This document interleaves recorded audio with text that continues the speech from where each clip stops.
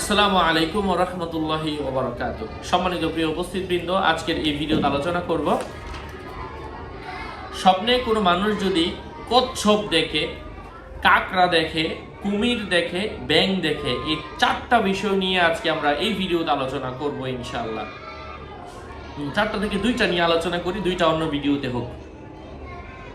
যাই হোক, কথা দীর্ঘায়িত না করে মূল আলোচনা শুরু করে দিচ্ছি। কচ্ছপ এবং কাকড়া এই দুইটা বিষয় নিয়ে আজকে এই ভিডিওতে আলোচনা থাকছে।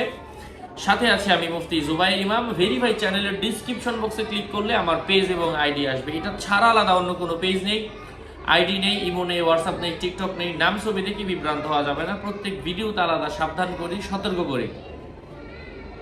যাই হোক, সম্মানিত প্রিয় উপস্থিতবৃন্দ, কচ্ছপ স্বপ্নে দেখা এমন মহিলার লক্ষণ যে আতর ব্যবহার করে সজ্জিত হয় এবং পুরুষদের কাছে নিজেকে ফুটিয়ে তোলে। কারো মতে কচ্ছপ বিচারকের অর্থ বহন করে, কেননা সে সমুদ্র ব্যবসায়ীদের মধ্যে অভিজ্ঞ ও উত্তম।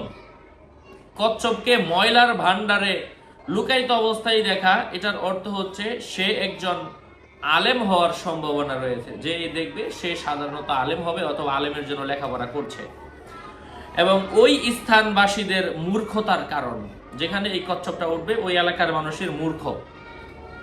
স্বপ্নে কচ্ছপের মাংস খাওয়া স্বপ্নে যদি কেউ দেখে সে সম্পদ পাবে এবং এলেম পাবে।